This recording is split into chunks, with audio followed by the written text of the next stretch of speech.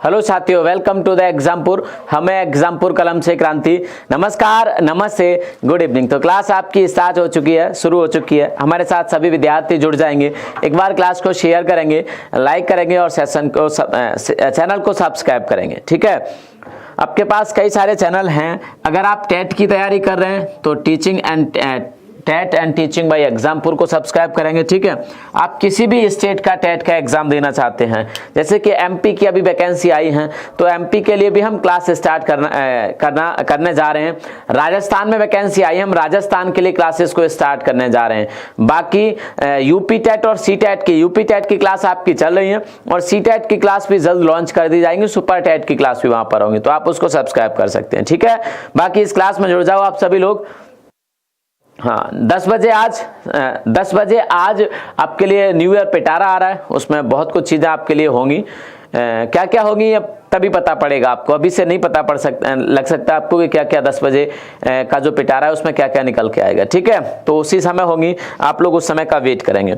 हम लोग आगे चलते हैं, हम लोग क्या करते हैं, आगे चलते हैं। और कल हमने बहुत सारी चीज़ें देखी थी, कल की जनसंख्या में हमने देखी थी। चलेगा, हम यूपी की बात करते हैं।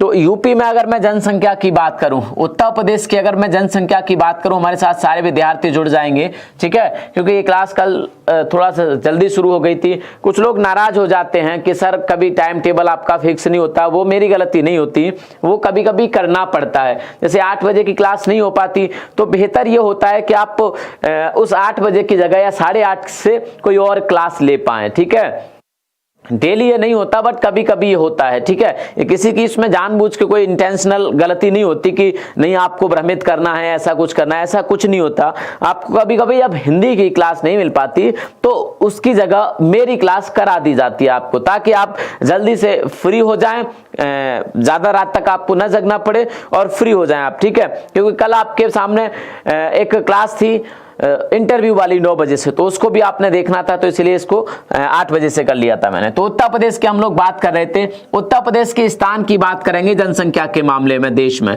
तो अगर मैं जनसंख्या के मामले में बात करूं तो उत्तर प्रदेश की प्रथम रैंक है। कौन सा है?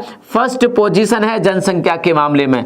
अर्थात इसका यह है, मतलब इसका यह है कि उत्तर प्रदेश जनसंख्या में सबसे ज्यादा है भारत में कोई भी स्टेट उत्तर प्रदेश से ज्यादा जनसंख्या नहीं रखता। की जनसंख्या लगभग 19,98,12,341 है। कितनी है? 19,98,12,341। कितनी है? 19,98,12,341। इसको शॉर्ट में ऐसे लिखा जाता है 0.98 करोड़। ठीक है, 0.98 करोड़ लिखा जाता है। 19.98 करोड़ उत्तर प्रदेश की जनसंख्या है। और उत्तर प्रदेश की जनसंख्या के हिसाब से भारत में प्रथम स्थान है। ठीक है, तो अब तो जुड़ जाओ भाई, कल की गुस्सा अभी भी आप निकालते जा रहे हो, मुझे लग रहा है। कल वाली जो गुस्सा है आज मत निकालिएगा। अब हम बात करते हैं क्या है, उत्तर प्रदेश की कुल जनसंख्या है। और कुल जनसंख्या के मामले में उत्तर प्रदेश भारत में पहले स्थान पर है, जबकि क्षेत्रफल के हिसाब से भारत में चौथे स्थान पर है। इससे बड़े 3 राज्य हैं और जनसंख्या के मामले में इससे बड़ा कोई भी राज्य नहीं है। चलेगा, तो ये तो थी उत्तर प्रदेश की जनसंख्या। इसके बाद देखते हैं कि उत्तर प्रदेश का जो जनघनत्व है, डेंसिटी है, पॉपुलेशन डेंसिटी है। ये पॉपुलेशन डेंसिटी पहले तो होती क्या है? पहले तो पॉपुलेशन डेंसिटी क्या होती है? तो पॉपुलेशन डेंसिटी या जनसंख्या घनत्व, दूसरी चीज, पहली तो जनसंख्या, दूसरी देखते हैं जनसंख्या घनत्व। जनसंख्या घनत्व की अगर मैं बात करूं, अगर मैं बात करूं तो जनसंख्या घनत्व होता है कि जनसंख्या घनत्व क्या होता है? किसी स्टेट की कुल जनसंख्या टोटल पॉपुलेशन। अब उत्तर प्रदेश की टोटल पॉपुलेशन कितनी है? अभी मैंने लिखा था कुल जनसंख्या। ठीक है, कुल जनसंख्या अपॉन कुल क्षेत्रफल। ये क्या होती है? किसी भी स्थान की डेंसिटी होती है कि 1 वर्ग किलोमीटर में कितने लोग रहते हैं या 1 वर्ग मील में कितने लोग रहते हैं। तो कुल जनसंख्या अपॉन कुल क्षेत्रफल। ठीक है, क्षेत्रफल की यूनिट अलग अलग हो सकती है, स्क्वायर मीटर हो सकता है, स्क्वायर मील किलोमीटर हो सकता है। तो आप अपने हिसाब से मीटर, किलोमीटर, मील कुछ भी हो सकता है, उसको स्क्वायर में लेंगे। क्षेत्रफल क्या होता है? साइड इंटू साइड ही तो होता है ना। तो कुल क्षेत्रफल, कुल जनसंख्या अपॉन कुल क्षेत्रफल, ये किसी भी जगह की क्या होती है, डेंसिटी होती है, जन घनत्व होता है। ठीक है, क्या होता है, जन घनत्व होता है। हाँ 829 बता रहे हैं आप सभी लोग, क्या बता रहे हैं, 829 बता रहे हैं। चलेगा।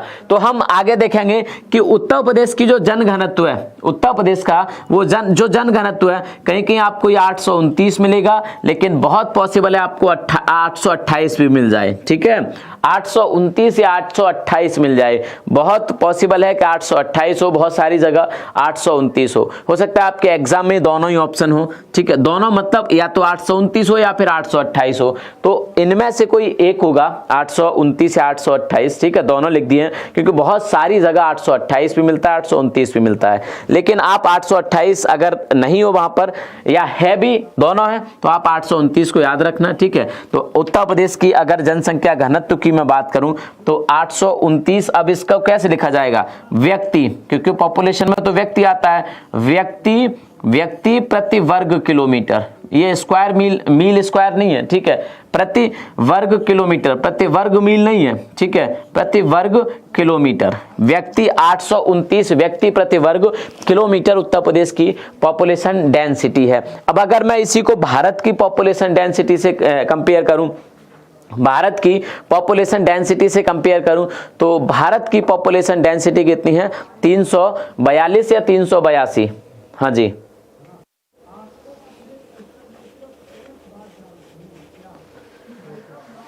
हाँ, एनटीपीसी वाली क्लास का भी दर्शन होगा, टेंशन मत लो, उसके लिए भी कुछ पिटारा खुलेगा आज रात में। ठीक है, उसके लिए भी आपका आज पिटारा खुलेगा रात में, परेशान मत होइएगा।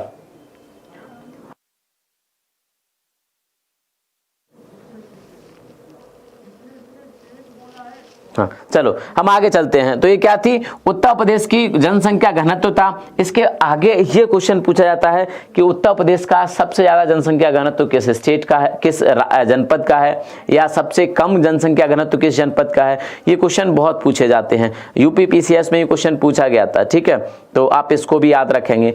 तो अगर किसी डिस्ट्रिक्ट का पूछा जाए तो मैं यहाँ से मिटाता हूँ ना, हाँ, सर्वाधिक जनघनत्व वाले जनपद प्रदेश में। और आज आप लोग, मुझे नहीं पता कहाँ चले गए और क्यों चले गए, आज आप लोग शायद कुछ नई साल की तैयारी कर रहे होंगे, है ना। तो सर्वाधिक जनसंख्या घनत्व वाले जनपद, सर्वाधिक जनसंख्या घनत्व वाले जनपद प्रदेश के। ठीक है,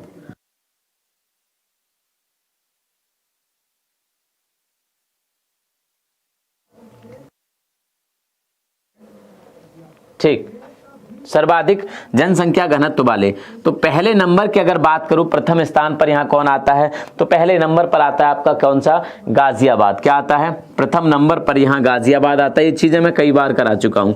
गाजियाबाद आता है, जिसका जनसंख्या घनत्व बहुत ज्यादा कितना, 3971, 3000 लगभग 4000, 3971 प्रति वर्ग व्यक्ति प्रति वर्ग किलोमीटर।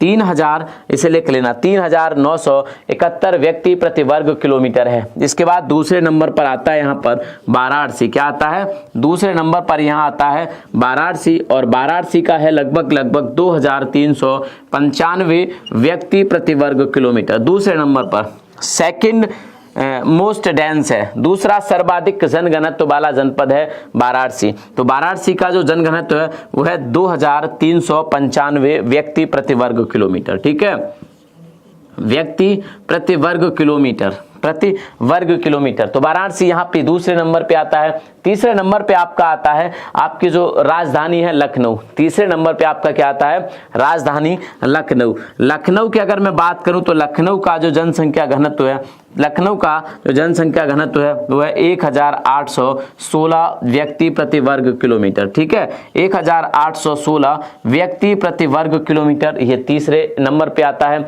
इसके बाद अगर देखूं तो चौथे नंबर पे आता है आपका यहाँ पे संत रविदास नगर, जैसे हम भदोही कहते हैं। क्या कहते हैं, भदोही। चौथे नंबर पे क्या आता है, भदोही आता है। और भदोही का जो जनसंख्या घनत्व वाराणसी से ही अलग हुआ है। भदोही क्या है, वाराणसी से अलग होके नया डिस्ट्रिक्ट बना है भदोही। तो किसका, इसका कितना है, लगभग 1555 व्यक्ति प्रति वर्ग किलोमीटर। 1555 व्यक्ति प्रति वर्ग किलोमीटर है हाँ 1555 व्यक्ति प्रति वर्ग किलोमीटर है आपका क्या 1555 व्यक्ति प्रति वर्ग किलोमीटर है भदोई का। ये 4 जनपद हैं जो प्रदेश में सर्वाधिक जनघनत्व वाले हैं, सबसे ज्यादा डेंस हैं। बहुत ज्यादा इसमें कुछ याद नहीं रखना, बस आपको अगर कुछ नहीं रख पाओ तो गाजियाबाद याद रख लेना। ऐसे रख लेना कि गाजियाबाद सबसे ज्यादा डेंस है, गाजियाबाद की पॉपुलेशन डेंसिटी सबसे ज्यादा है, बस इतना याद रखना। ये नंबर भी ना याद रख पाओ मत रखना, लेकिन गाजियाबाद आप याद रखना कि गाजियाबाद की पॉपुलेशन डेंसिटी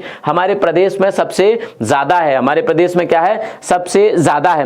अब बात आती है कि लीस्ट डेंस जो है हमारे सबसे कम जनघनत्व वाले, न्यूनतम जनघनत्व वाले जनपद, तो मैं लिखाना यहां पे शुरू करूंगा। तो यहां पे न्यूनतम जनघनत्व की जब बात आएगी, न्यूनतम अर्थात लीस्ट डेंस डिस्ट्रिक्ट, ठीक है, तो पहले नंबर पे यहां आता है ललितपुर। पहले नंबर पे क्या आता है ललितपुर आता है, जिसका जो पॉपुलेशन डेंसिटी है काफी कम है, जिसकी पॉपुलेशन डेंसिटी काफी कम है।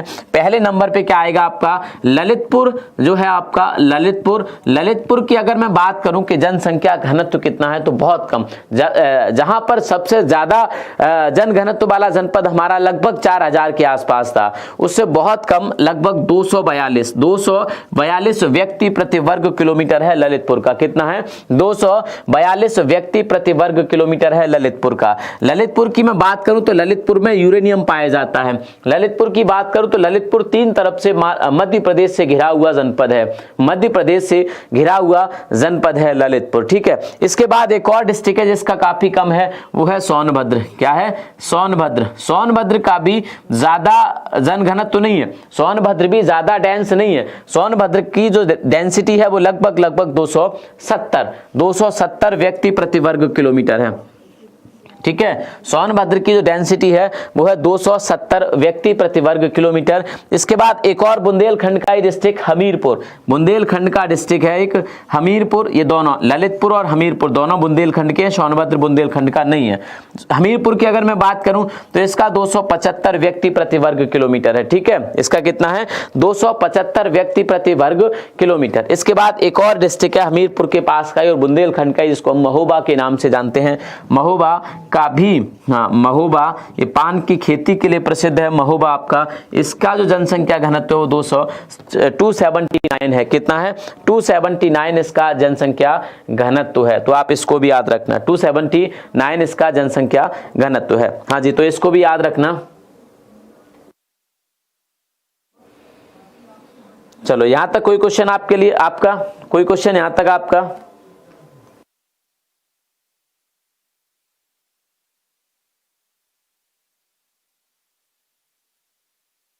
हाँ चलो, हाँ आगे चलते हैं हम लोग, ठीक है। चलो आगे चलते हैं। ये तो था प्रदेश का जनसंख्या घनत्व। अब हम प्रदेश के लिंगानुपात की बात करते हैं। यहां से क्वेश्चन पूछा जाता है कि सर्वाधिक लिंगानुपात वाला जनपद या न्यूनतम लिंगानुपात वाला जनपद।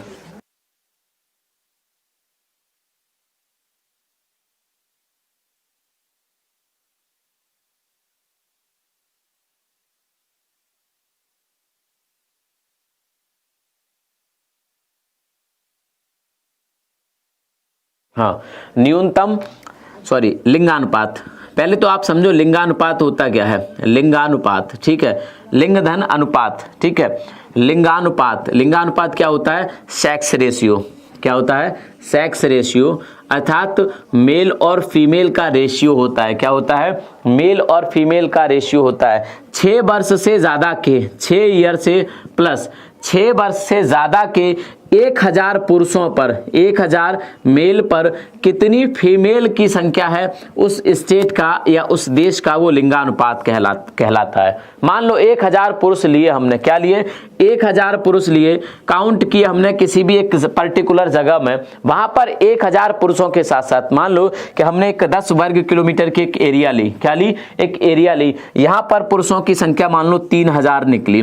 कितनी निकली? 3000 निकली। अब यहां पर हमने क्या किया? किया, अब इसी 3000 पुरुष, यहाँ पे पुरुषों की संख्या इस एरिया में कितनी निकली, 3000 निकली। जब हम काउंट करने बैठे, जब हम क्या करने बैठे, काउंट करने बैठे, तो महिलाओं की संख्या यहाँ पर 2730 मान लो, 2730 निकली या 2830 निकली या 2900, 3000, 3100 कुछ भी निकली, ठीक है।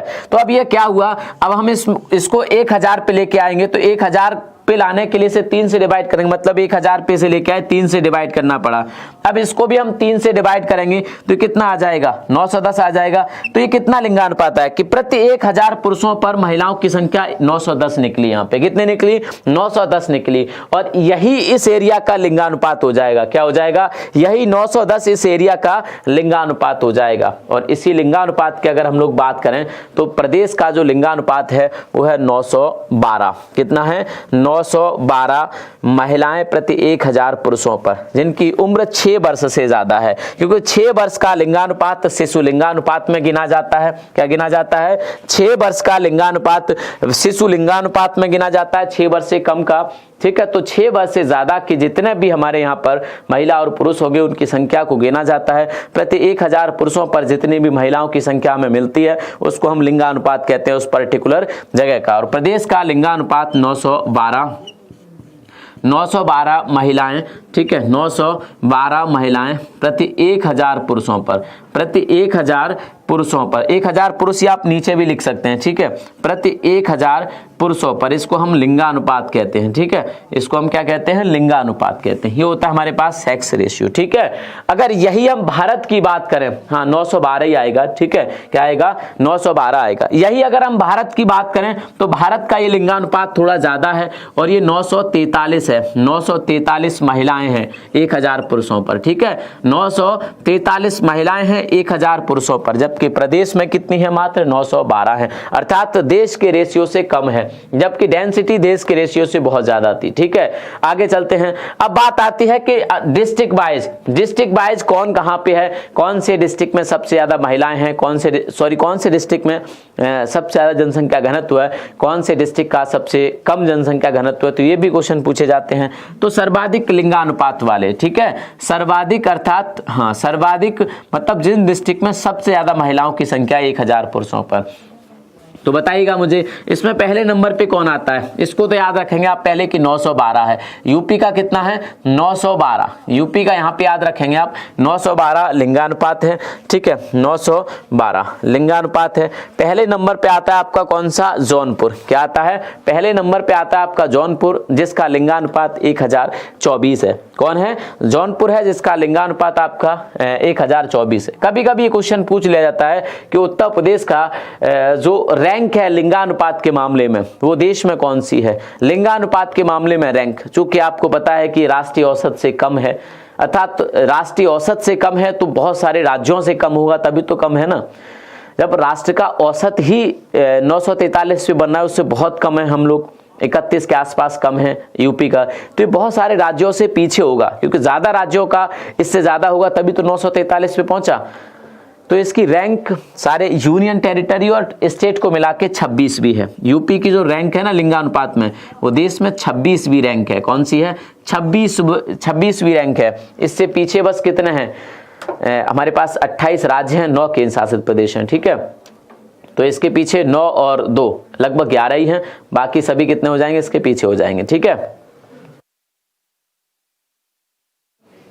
चलिए आगे चलते हैं। तो पहले नंबर पे मैंने कौन बताया, पहले पे आएगा आपका जौनपुर। क्या आ जाएगा, पहले पे आएगा आपका जौनपुर, और जौनपुर की का जो लिंगानुपात है वो 1024 महिलाएं, 1024 महिलाएं। दूसरे नंबर पे जो यहाँ पे आता है वो आपका आजमगढ़। कौन सा आएगा, आजमगढ़ आएगा। और आजमगढ़ की अगर मैं बात करूं, आजमगढ़ का लिंगानुपात है यहाँ 1019। कितना है, 1019 आजमगढ़ का। और इसके साथ साथ तीसरे नंबर की अगर मैं बात करूं तो तीसरे नंबर पे यहाँ देवरिया आता है। क्या आता है, देवरिया आता है। और देवरिया का लिंगानुपात है 1017। कितना है, 1017। तो ये 3 इंपॉर्टेंट हैं, और ये 3 ऐसे डिस्ट्रिक्ट हैं जहां पर पुरुषों के कंपेयर महिलाओं की संख्या ज्यादा है। प्रदेश में 75 में से 3 ही डिस्ट्रिक्ट ऐसे हैं जहां पर पुरुषों के कंपेयर महिलाओं की संख्या ज्यादा है। चौथे नंबर पे आपका आता है प्रतापगढ़, प्रतापगढ़ आता है। और ये प्रतापगढ़ मैंने बताया कि 3 ही डिस्ट्रिक्ट हमारे पास ऐसे हैं जिनमें 1000 से ज़्यादा हैं, तो इसका 1000 से कम होगा, बिल्कुल सही बात। इसका है 998 महिलाएं प्रति 1000 पुरुषों पर, ठीक है, 998 महिलाएं प्रति 1000 पुरुषों पर। जबकि आपके जौनपुर में सबसे ज़्यादा 1024, आजमगढ़ में 1019, देवरिया में 1017 और प्रतापगढ़ में 998। तो ये था सर्वाधिक लिंगानुपात वाले जनपद प्रदेश के, ठीक है, सर्वाधिक लिंगानुपात वाले जनपद। अब दूसरी तरफ सवाल ये भी आता है कि न्यूनतम लिंगानुपात वाले जनपद कौन से हैं। तो भारत में न्यूनतम लिंगानुपात वाला जो राज्य है वो है हरियाणा। कौन सा है? हरियाणा। 2011 के आंकड़े के हिसाब से। अब 2021 में क्या होता है, क्योंकि कहा तो ये जा रहा है, दावे तो ये किए जा रहे हैं कि हरियाणा का जो सेक्स रेशियो वो काफ़ी अच्छा हो गया है, अब सुधरा है काफ़ी पिछले 5-7-8 सालों में, 9 सालों में काफ़ी अच्छा इंप्रूव किया है सेक्स रेशियो ने, जो लिंगानुपात है हरियाणा का उसने। तो अब फिसड्डी पे कौन रहता है, सबसे लास्ट पे कौन रहता है, ये तो आने वाला समय बताएगा, लेकिन अभी की बात कर रहे हैं तो हरियाणा सबसे कम पे है अभी। तो हरियाणा के पास वाले ही जनपद होंगे, क्योंकि पड़ोसी जनपद की कुछ ना कुछ परछाई तो आती है ना, पड़ोसी राज्य का कुछ ना कुछ तो सिमिलर होता ही है बगल में, है ना। तो क्या, जैसे कि आप बिहार को ले लो, बिहार में भोजपुरी भाषा बोली जाती है, तो हमारे पूर्वांचल में भी भोजपुरी भाषा बोली जाती है, क्योंकि बिहार और वहाँ के लोगों की जो भाषा जो होती है ना, एक जैसी होती है, एक जैसे त्योहार वगैरह होते हैं, संस्कृति उनकी एक जैसी होती है। छठ अगर बिहार में मनाई जाती है तो पूर्वांचल में भी मनाई जाती है, तो कुछ ना कुछ पड़ोसी राज्य का वो रहता है। तो ऐसे ही हमारे यूपी की अगर बात करें तो यूपी में गौतम बुद्ध नगर हरियाणा से लगता है, हरियाणा के पास है आपका, हरियाणा के बॉर्डर पे है। तो गौतम बुद्ध नगर का सबसे कम लिंगानुपात है, किसका है, याद रखना, ठीक है, किसका है, न्यूनतम लिंगानुपात की अगर मैं बात करूं तो आपका गौतम बुद्ध नगर, ठीक है। हाँ, न्यूनतम लिंगानुपात, ये यहाँ से सर्वाधिक मिटा देता हूँ और न्यूनतम यहाँ पे लिख देता हूँ। तो न्यूनतम लिंगानुपात की मैं बात करूँ तो गौतम बुद्ध नगर न्यूनतम लिंगानुपात है, ठीक है, गौतम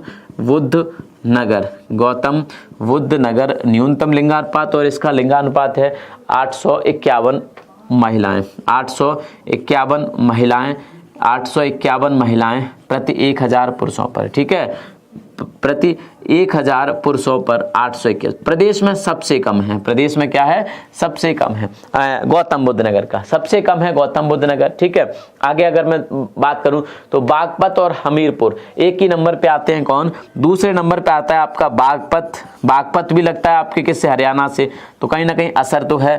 बागपत और हमीरपुर भी है इसके साथ, ठीक है, हमीरपुर भी है। इनका लिंगानुपात है इनसे 10 ज़्यादा, 861, ठीक है, कितना है, 861। बागपत और हमीरपुर, बागपत आपका हरियाणा से लगता है। तीसरे नंबर पे आपके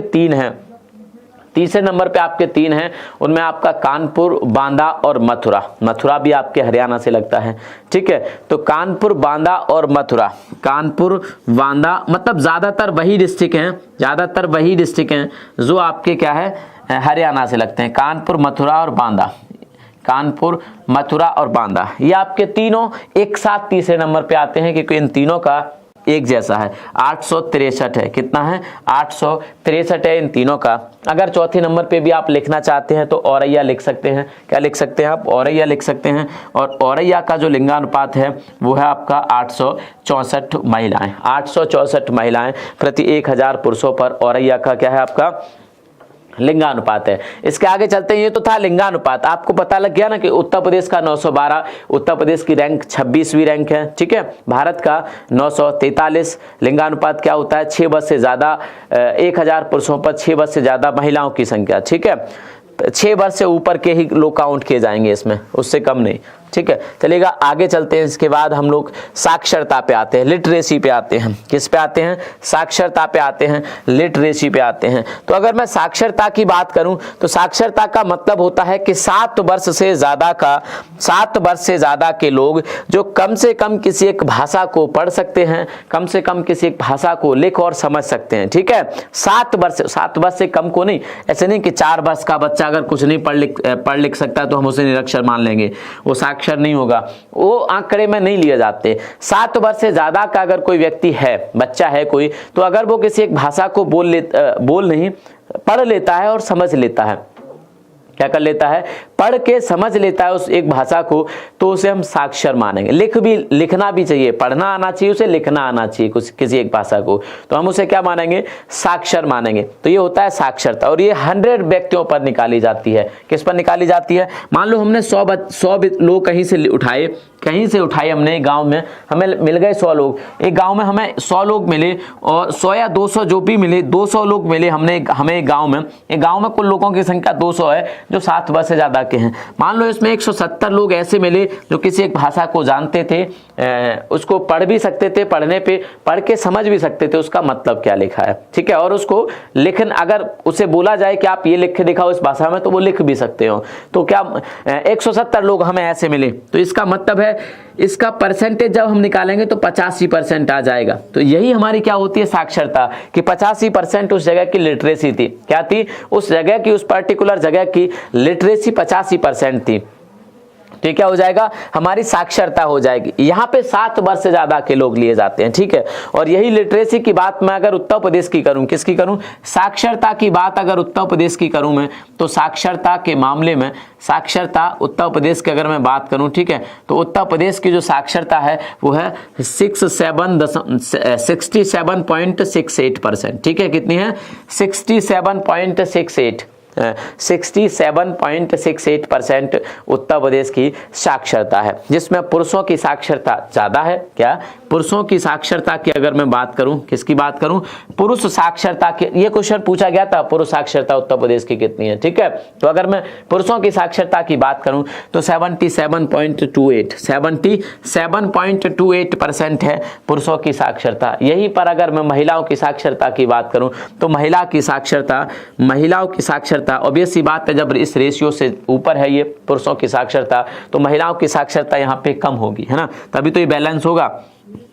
तो महिलाओं की साक्षरता यहाँ पे लगभग 57.18, ठीक है, 57.18, लगभग 57.18% महिलाएं उत्तर प्रदेश की शिक्षित हैं, जबकि पुरुष 77.28, मतलब पुरुषों की साक्षरता। ये आपको भेदभाव यहाँ पे साफ निकल के आ रहा है कि आज भी कहीं ना कहीं हमारे समाज में भेदभाव है। लोग लड़कों को तो पढ़ाते हैं लेकिन लड़कियों को नहीं पढ़ाते, क्योंकि आंकड़े तो यही बताते हैं। ये मैं ऐसे तो नहीं कह रहा, जब 57% लड़कियां या महिलाएं हमारे यहाँ पढ़ी लिखी हैं, बल्कि जबकि 77% पुरुष पढ़े हैं, तो ये आंकड़ा पुरुषों का ज़्यादा है ना। तो क्यों ज़्यादा है? क्योंकि ज़्यादा प्रायोरिटी मिलती है शिक्षा में, ठीक है, ज़्यादा प्रायोरिटी मिलती है शिक्षा में। कमेंट कहाँ चली गई आपकी?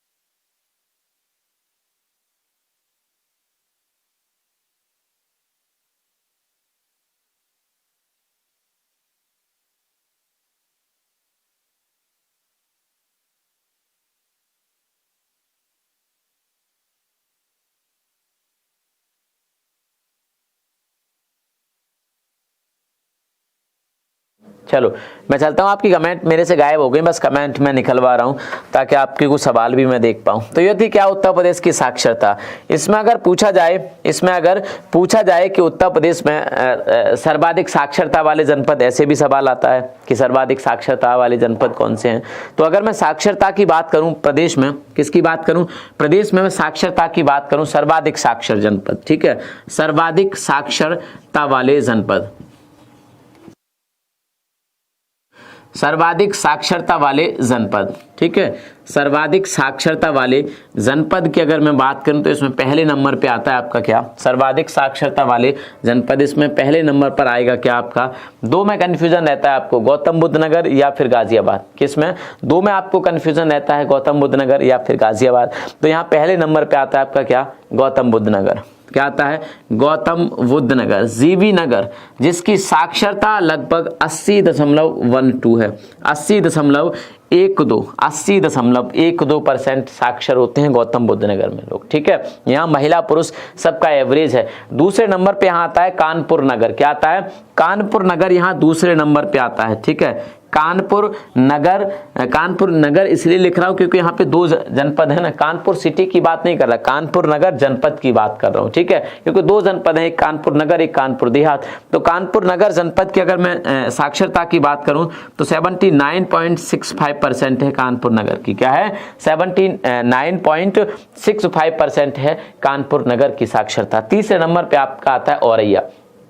क्या आता है? तीसरे नंबर पे आपका आता है औरैया, और औरैया की साक्षरता लगभग कितनी है? औरैया तीसरे नंबर पे आता है।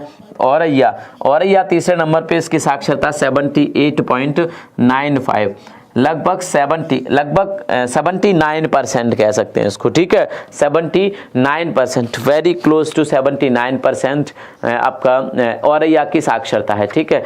औरैया की साक्षरता कितनी है? 79% के आसपास। बाकी आपका कमेंट में देख लूं, फिर हम लोग और आगे चलते हैं, ठीक है।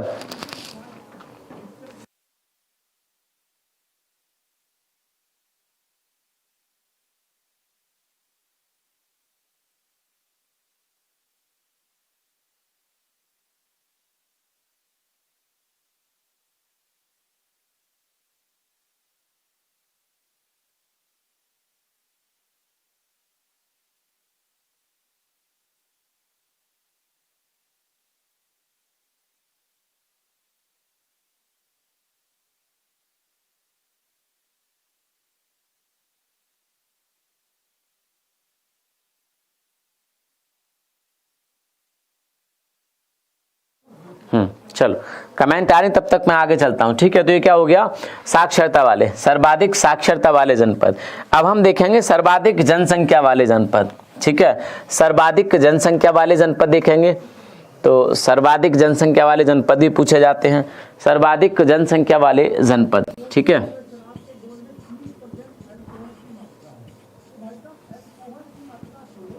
सर्वाधिक जनसंख्या वाले जनपद, उत्तर प्रदेश की जनसंख्या कितनी थी? 19,98,12,341, है ना, इतनी थी। अगर पूछा जाए कि उत्तर प्रदेश में सर्वाधिक जनसंख्या के अनुसार प्रदेश का सबसे बड़ा जनपद कौन सा है, तब फिर आप क्या बताओगे? तो होगा आपका कितना? प्रयागराज की अगर जनसंख्या की बात करूं तो 59,54,391, कितनी है? 59,54,391 व्यक्ति।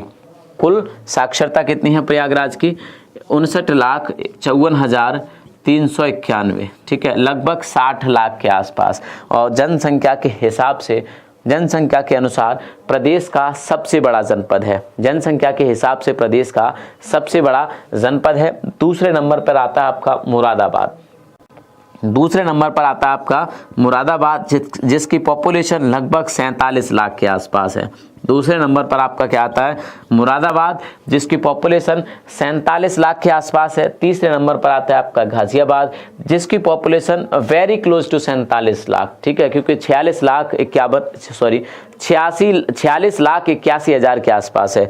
तो तीसरे नंबर पे कौन आता है? गाजियाबाद आएगा, ठीक है। गाजियाबाद सबसे डेंस भी है, ठीक है। तो इसकी पॉपुलेशन लगभग 46 लाख, ये 47 लाख के आसपास, 47 लाख पॉपुलेशन, 47,54,000 के आसपास, 47.5 कह सकते हैं। इसकी है 46.8.1 लाख, ठीक है। तो तीसरे नंबर पर आपका गाजियाबाद। तो तीन याद रखेंगे, प्रयागराज प्रदेश का जनसंख्या के अनुसार सबसे बड़ा, दूसरे नंबर पे मुरादाबाद, तीसरे नंबर पे आपका गाजियाबाद। तीसरे नंबर पर आपका गाजियाबाद। कभी कभी पूछा जाता है न्यूनतम, क्या पूछा जाता है? न्यूनतम पूछा जाता है। तो न्यूनतम में सबसे ऊपर आता है महोबा।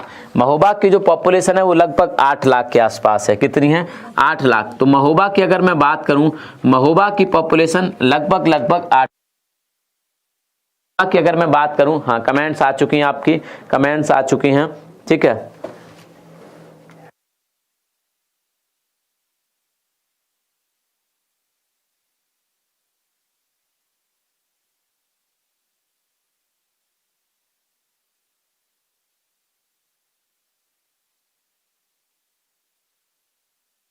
क्या करें?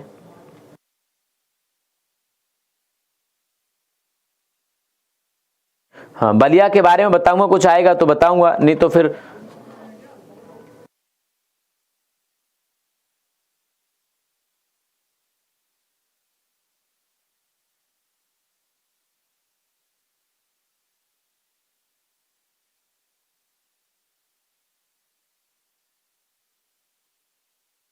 हाँ। क्या क्या सर जी, सुनो, बताओ संजय जी। अरे सुनाओ संजय प्रताप सिंह, 10 बजे आपका पिटारा भी है, उसका भी आपको ख्याल रखना है, ठीक है।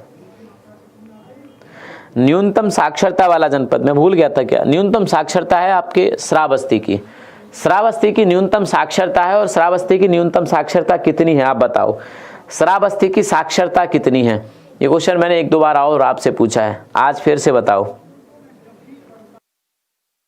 सब डिस्ट्रिक्ट के बारे में बताऊंगा, क्योंकि सब डिस्ट्रिक्ट के बारे में जानना इंपॉर्टेंट है, क्योंकि UP triple S, UP SI, UP constable में क्वेश्चन बहुत सारे पूछे जाते हैं किसी डिस्ट्रिक्ट से पर्टिकुलर। लेकिन डिस्ट्रिक्ट वाइज हम जब पढ़ेंगे, हमारी कुछ क्लासेस डिस्ट्रिक्ट वाइज भी रहने वाली हैं, उसमें हम हर डिस्ट्रिक्ट का क्षेत्रफल, हर उस डिस्ट्रिक्ट की पॉपुलेशन, उस डिस्ट्रिक्ट में विशेष क्या है, उस डिस्ट्रिक्ट में कोई मंदिर या कुछ और फेमस है, कोई मेला फेमस है, कोई और अन्य चीज़ फेमस है, तो उस चीज़ के बारे में हम लोग, कोई इमारत है, ऐतिहासिक इमारत,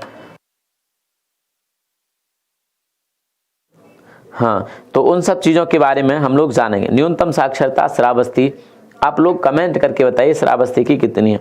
उससे पहले हम लोग चलते हैं, ठीक है, मैं लिखा दूंगा, अगर नहीं लिखवाइए टेंशन मत लो, लेकिन ये पूरा हो जाए पहले। चलो, हाँ, हम बात कर रहे थे न्यूनतम जनसंख्या वाले, ये तो थे क्या, सर्वाधिक जनसंख्या वाले। न्यूनतम जनसंख्या वाले जनपद की अगर मैं बात करूं तो सबसे पहले नंबर पे आता है आपका क्या, सबसे पहले नंबर पे आता है आपका महोबा। इसकी पॉपुलेशन 8,58,000, 8,58,000 है आपकी, 8,58,054, सॉरी 8,54,958, 8,54,958 व्यक्ति हैं आपके कहाँ पर, कहाँ पर आपके महोबा में। अगर महोबा में दूसरे नंबर पे आता है आपका चित्रकूट, क्या आता है, दूसरे नंबर पर आता है आपका चित्रकूट आता है, चित्रकूट आता है। चित्रकूट की अगर पॉपुलेशन की बात करूं तो 9,91,000 के आसपास है, 9,91,000 दूसरे नंबर पे चित्रकूट, ठीक है, 9,91,000, दशमलव यहाँ पे लगा लेना। महोबा की एक बार करेक्ट कर लेना, ये गलती हो गई मेरे से, 75 होगा यहाँ पे, 8,75,958, ठीक है, 8,75,958 करेक्ट हो जाएगा, सॉरी इसके लिए गलती हो गई। दूसरे नंबर पे आपका चित्रकूट आता है, चित्रकूट दूसरा न्यूनतम जनसंख्या वाला जनपद है प्रदेश में, ठीक है। तीसरे पे आता है आपका हमीरपुर, और हमीरपुर की जो पॉपुलेशन है वो लगभग 11,04,000 के आसपास है, ठीक है। तीसरे नंबर पे कौन सा आएगा आपका, हमीरपुर आएगा। बुंदेलखंड के डिस्ट्रिक्ट जो है आपके, डिस्ट्रिक्ट जो है उनकी डेंसिटी बहुत कम है, जब लोग ही नहीं रहते तो पॉपुलेशन भी उनकी बहुत कम होगी, ऐसा तो है नहीं बहुत ज़्यादा होगी, है ना, तो पॉपुलेशन भी उनकी काफ़ी कम होगी। तो जो हमीरपुर की पॉपुलेशन है वो लगभग 11,04,000, 11,04,000 के आसपास है, ठीक है। कितनी है, 11,04,000 के आसपास हमीरपुर की पॉपुलेशन है। ये थे प्रदेश के न्यूनतम कुल जनसंख्या वाले जनपद, न्यूनतम कुल जनसंख्या वाले जनपद। हम लोग बात करते हैं अब दशकीय वृद्धि दर की। किसकी बात करते हैं, दशकीय वृद्धि दर की बात करते हैं। दशकीय वृद्धि दर होती है कि पिछले 10 सालों में प्रति 100 लोगों पर पिछले दशकीय वृद्धि दर, ठीक है, ग्रोथ रेट, दशकीय वृद्धि दर, क्योंकि जनसंख्या की काउंटिंग जो होती है, सेंसस होती है हमारे यहाँ पर, वो हर 10 साल में की जाती है, तो दशकीय वृद्धि दर हो जाती है। अगर 1 साल में की जाती तो वार्षिक वृद्धि दर हो जाती, 6 महीने में की जाती तो अर्धवार्षिक वृद्धि दर होती। अब जब 10 साल में की जाती है तो दशकीय वृद्धि दर हम उसको कहते हैं, ठीक है। दशकीय वृद्धि दर ये होता है कि 100 लोगों पर एक गांव में आप गए, 2011 में मान लो एक गांव में आप गए और उस गांव में मान लो 500 लोग थे, कितने थे, 500 लोग थे। अब आप जब 2021 में गए मान लो, तो उस गांव में कितने हो गए, उस गांव में मान लो लोग हो गए आपके कितने, 625 हो गए। कितने हो गए? 625 हो गए।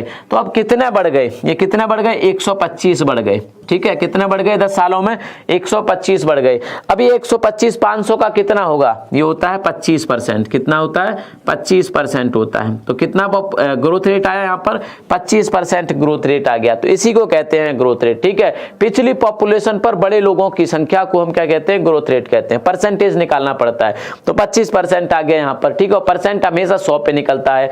तो जब 500 पे 125 है तो इसको 100 में कन्वर्ट करेंगे तो 5 से डिवाइड करेंगे, तो इसीलिए इसको 5 से डिवाइड करना पड़ेगा आपको। तो कितना आएगा? 25% आएगा, क्योंकि परसेंटेज किस पे निकलता है? 100 पे निकलता है। तो क्या आ गया? 25%। तो ऐसे ही आपकी ग्रोथ रेट निकाली जाती है। आपकी क्या निकाली जाती है? वृद्धि दर निकाली जाती है।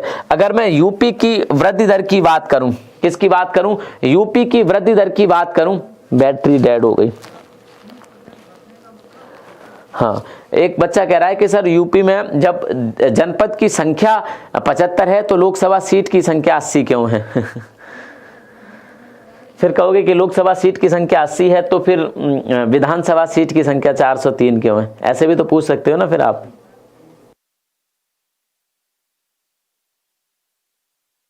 चलो, जनपद से मतलब सो नहीं होता है कि एक जनपद में एक ही जनसंख्या, एक ही सीट होगी। देखो आपको एक मैं बता देता हूं कि मान लो कोई एक ही जनपद है, ठीक है। इस जनपद का बिल्कुल मतलब नहीं है कि एक लोकसभा सीट भी होगी, ये ऐसा बिल्कुल भी नहीं है। 2 जनपद हैं आपके, मान लो 2 जनपद हैं आपके, एटा और कासगंज, एटा और कासगंज, ये 2 जनपद हैं आपके। दोनों की अलग अलग लोकसभा सीट नहीं है, एटा और कासगंज एक ही सीट है। तो ऐसा नहीं होता कि एक जनपद की 2 सीट होंगी या एक जनपद की एक ही सीट होगी। लोकसभा सीट बिल्कुल अलग है जनपद से। जनपद की सीमा नहीं देखी जाती लोकसभा, वो परिसीमन आयोग देखता है, और जनपद बनाना राज्य की सरकार का काम होता है। ये चीजें समझो। लोकसभा की सीट की सीमा क्या होगी ये कौन देखता है? हमारा परिसीमन आयोग देखता है। और परिसीमन आयोग किसके अंडर बनता है? चुनाव आयोग के। निर्वाचन, भारत का निर्वाचन आयोग परिसीमन आयोग का गठन करता है। ठीक है, पता होगा आप सभी लोगों को। और परिसीमन आयोग का अध्यक्ष मुख्यतः या आमतौर पर जो भारत का मुख्य निर्वाचन आयुक्त होता है वही होता है, और वही परिसीमन करता है सीमाओं का। ऐसा नहीं है कि ऐसे भी हो सकता है कि बगल से तीसरा जनपद है और इसका कुछ हिस्सा काट के लोकसभा सीट में तो ये हो जाए, लेकिन जनपद ये इतना रहे। किसी जनपद का किसी जनपद में मिला के लोकसभा सीट बनाई जा सकती है, क्योंकि ये सारा काम एक अलग बॉडी का है और जनपद बनाना ये काम एक अलग बॉडी का है। जनपद राज्य की सरकार अपने हिसाब से बनाएगी और प्रशासन की दृष्टि से, लेकिन लोकसभा सीट बनाना काम परिसीमन आयोग का होता है। तो ये 75 जनपद हैं तो 80 भी हो सकता है, 75 जनपद हैं तो 70 भी हो सकता है, कोई बहुत बड़ी बात नहीं है। कल को बढ़ा के अगर 85 कर दिए जाएं जनपद तो फिर क्या कहोगे कि लोकसभा सीट बढ़ाई जाए? ये लोकसभा सीट बढ़ाई जाए ऐसा बिल्कुल नहीं है। अगर जनपद कल को 85 हो जाए फिर क्या करोगे? तो बराबर नहीं होता। ये दोनों अलग अलग बॉडी इसका निर्माण करती हैं। जनपद को कोई और बनाता है, लोकसभा सीट को कोई और बनाता है। ठीक है, कितनी आसान सी और सीधी सी बात थी यार, आप इसको पूछ रहे, बट कोई बात नहीं, पूछना चाहिए। ठीक है, ऐसे क्वेश्चन आपने पूछना चाहिए अगर आपको पता नहीं है तो। ठीक है, अगर आपको पता नहीं है तो पूछना चाहिए। चलिए हम 10 की वृद्धि दर की बात करते हैं। तो प्रदेश की अगर 2011 की 10 की वृद्धि दर की बात करूं तो ये है 20.22%। कितनी है? 20.22%। मतलब 20% लोगों की वृद्धि हुई 10 सालों में। अगर वार्षिक वृद्धि दर निकालें तो एक इधर आ जाएगा, 10 का डिवाइड करेंगे। ठीक है, तो कितना हो जाएगा? ये 10 वार्षिक वृद्धि दर हो जाएगी प्रदेश की वार्षिक वृद्धि दर कितनी हो जाएगी? 2.022%, जबकि 10 की वृद्धि दर 20.22% हो जाएगी। 20.22% हो जाएगी 10 की वृद्धि दर। ठीक है, तो क्या हो जाएगा? प्रदेश की जो 10 की वृद्धि दर है वो कितनी है? 20.22%। जबकि यही हम वृद्धि दर देखें देश की, तो देश की वृद्धि दर थी 17.7%। 17.7% देश की 10 की वृद्धि दर थी, अर्थात भारत से ज्यादा वृद्धि दर थी यूपी की। क्या थी? यूपी की वृद्धि दर भारत से ज्यादा थी। अगर इसी को मैं 2001 में लूं तो 2001 में 25% से ज्यादा थी। ठीक है, अब क्वेश्चन पूछा जाता है कि प्रदेश के किस जनपद की 10 की वृद्धि दर सबसे ज्यादा रही? तो जब प्रदेश की लगभग 20% के आसपास थी तो जनपद देखते हैं जिसकी सबसे ज्यादा होगी वही ज्यादा पाओगा, है ना। तो इसमें सबसे पहले नंबर पे कौन आता है? दशकीय वृद्धि दर में सबसे पहले नंबर पे आपका कौन आता है? आता है आपका गौतम बुद्ध नगर। कौन आता है? गौतम बुद्ध नगर। इसकी वृद्धि दर 2001 से लेके 2011 तक थी 49%। कितनी थी? 49.1%। आपका कहना, ये कह सकते हैं कि ये तो 1.5 गुनी हो गई। 1.5 गुनी कैसे हो सकती है? तो आप सभी को पता है कि वो गौतम बुद्ध नगर या गाजियाबाद, दोनों जनपद ऐसे हैं प्रदेश के जहाँ पर सबसे ज़्यादा इंडस्ट्रीज हैं। इंडस्ट्रियल डेवलप्ड बहुत हैं, बहुत ज़्यादा इंडस्ट्रियल डेवलप हैं, जिसमें नोएडा आता है। गौतम बुद्ध नगर की बात करें, नोएडा, ग्रेटर नोएडा जैसे औद्योगिक शहर है यहाँ पर, तो बहुत सारे लोग इन शहरों की तरफ आते हैं और यहाँ बस जाते हैं। जब सेंसस या जनगणना होती है तो यहाँ पर अपना नाम लिखा देते हैं, और यही हुआ 2001 से लेकर 2011 तक। लगभग 1.5 गुनी पॉपुलेशन हो गई, तो दशकीय वृद्धि दर भी 1.5 गुनी हो जाएगी, मतलब 50% के आसपास आनी थी। तो कितनी आई? 49.1% आई। जबकि यही हम गाजियाबाद की देखें, और लगभग गाजियाबाद का भी यही हाल है। तो गाजियाबाद की अगर हम लोग देखें तो गाजियाबाद की जो वृद्धि दर थी वो कितनी है? लगभग 41.3%। 41.3% गाजियाबाद की वृद्धि दर है। ठीक है, गाजियाबाद की लगभग 40% लोग बढ़ गए। तीसरे नंबर पे यहाँ आता है श्रावस्ती। तीसरे नंबर पे क्या आता है? श्रावस्ती आता है। श्रावस्ती आता है। श्रावस्ती की इंडस्ट्रियल तो नहीं है, वहाँ पर इंडस्ट्रीज तो नहीं है, तो क्या तरीका हो सकता है? लोग उतने जागरूक नहीं है, क्योंकि वहाँ की साक्षरता भी सबसे कम है। वहाँ की साक्षरता सबसे कम है, लोगों में अभी उतना अवेयरनेस नहीं है जनसंख्या को लेके। ठीक है, तो इसीलिए वहाँ की हो सकता है ज़्यादा हो, और यहाँ की वृद्धि दर थी ये बहुत ज़्यादा है। अगर कि उस राज्य में, उस जनपद में इंडस्ट्रीज नहीं है, वो जनपद डेवलप नहीं है, तब 30% पे आना बहुत अपने आप में बहुत गंभीर बात है। इतनी नहीं होनी चाहिए, क्योंकि तो हर 30 साल में डबल हो जाएगी। अब इतने रिसोर्सेज तो स्टेट उस डिस्ट्रिक्ट में नहीं हो सकते। तो 30.5%, लगभग 30.5% आपके श्रावस्ती की क्या थी? 30.5% आपके श्रावस्ती की दशकीय वृद्धि दर थी। इसके बाद कभी कभी पूछता है न्यूनतम। तो न्यूनतम की अगर मैं बात करूं तो आपका कानपुर नगर इसमें पहले नंबर पे आता है। सबसे कम जनसंख्या वृद्धि दर कानपुर नगर की थी। क्या थी? सबसे कम जनसंख्या वृद्धि दर कानपुर नगर की थी। कानपुर नगर, ठीक है। कानपुर नगर की अगर मैं बात करूं तो 9.9% डिकेड ग्रोथ रेट थी, दशकीय वृद्धि दर थी। लगभग 10% से भी यहाँ पे कम थी, 10% से भी यहाँ पे कम थी। दूसरे नंबर पे आता है आपका हमीरपुर। हमीरपुर की अगर मैं बात करूँ तो हमीरपुर की जो जनसंख्या वृद्धि दर थी 10 सालों की, 2001 से लेकर 2011 तक, ये लगभग 11.1%। ठीक है, 11.1% थी हमीरपुर की। तीसरे नंबर पे अगर मैं बात करूँ तो आपके बागपत का आता है। किसका आता है? बागपत का तीसरे नंबर पे आता है, और बागपत की जो दशकीय वृद्धि दर थी वो 11.9% थी। कितनी थी? 11.9% बागपत की थी। ये था आपका जनसंख्या का। इसके बाद कल कुछ चीजें इंपॉर्टेंट मैं करा दूंगा, उसके बाद आपका टेस्ट लिया जाएगा। ठीक है, जो भी मैंने कराया यहाँ पर। अभी भी अनुसूचित जनजाति, अनुसूचित जाति, इनका फैक्ट बचे हुए, इनके डाटा बचे हुए। प्रदेश की कौन सी रैंक है? कौन सी रैंक है? अगर वृद्धि दर की बात करूं, इस मामले में प्रदेश की रैंक भारत में 14 भी आती है। 14वां वृद्धि दर है भारत, मतलब कितनी है? 14वें नंबर पे है यूपी का स्थान, यूपी का नंबर।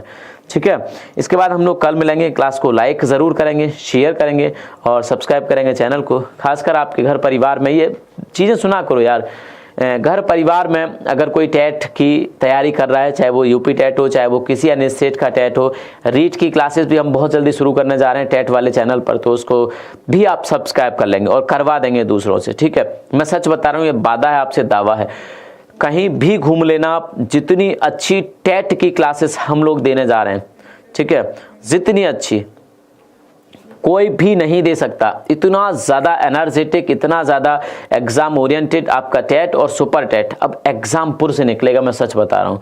तो उस चैनल को आप सब्सक्राइब करिएगा। ठीक है, सब्सक्राइब करिएगा। उस चैनल में जिस प्रकार की जान हम लोग इसमें लगाते हैं, एनटीपीसी है, यूपीएसआई है, यूपी कांस्टेबल है, और हज़ारों सिलेक्शन दिए, सेम में हम लोग वहाँ पे करके दिखाएंगे टेट में। सेम बिल्कुल भी कमतर नहीं पड़ेंगे अब टेट में। हम यूपी कांस्टेबल में जो रिजल्ट दिया आपका, सेम दोहराएंगे हम टेट में। यूपीएसआई में जो रिजल्ट देने वाले हैं, सेम दोहराएंगे हम यूपी टेट में और सी टेट में। और सी टेट का गजब का रिजल्ट है, वीडियोज़ लेके आ रहे हैं सी टेट की हम, जो लोग सफल हुए हैं और जिनका सफलता में एग्जामपुर का योगदान है, वो चाहे पूरी टीम का हो या फिर पर्टिकुलर एक टीचर को उन्होंने चूज किया हो पढ़ने के लिए कोई सब्जेक्ट। ठीक है, तो हम वीडियो लेके आ रहे हैं, वो लोग बताएंगे कि कैसे हमने पढ़ाई की और उसमें बहुत सारे बच्चे होंगे, ऐसा नहीं कि एक ही बच्चा होगा। कैसे हमने पढ़ाई की एग्जामपुर से और किस प्रकार से हम सफल हो पाए और अपनी सफलता का श्रेय किसको देना चाहते हैं, ठीक है। तो उस क्लास उसको भी देखना आप बिल्कुल नहीं भूलेंगे। तो चलेगा, आप सब्सक्राइब कर लेंगे। आपके घर में कोई बड़ा है, कोई छोटा है जो टेट की तैयारी कर रहा है, तो प्लीज़ उनको बताएंगे इस बारे में। तो थैंक यू। पिटारे का इंतजार करेंगे, थोड़ी देर बाद 5 मिनट बाद आपका पिटारा खुलने वाला है। तो थैंक यू। जय हिंद, जय भारत। Thank you.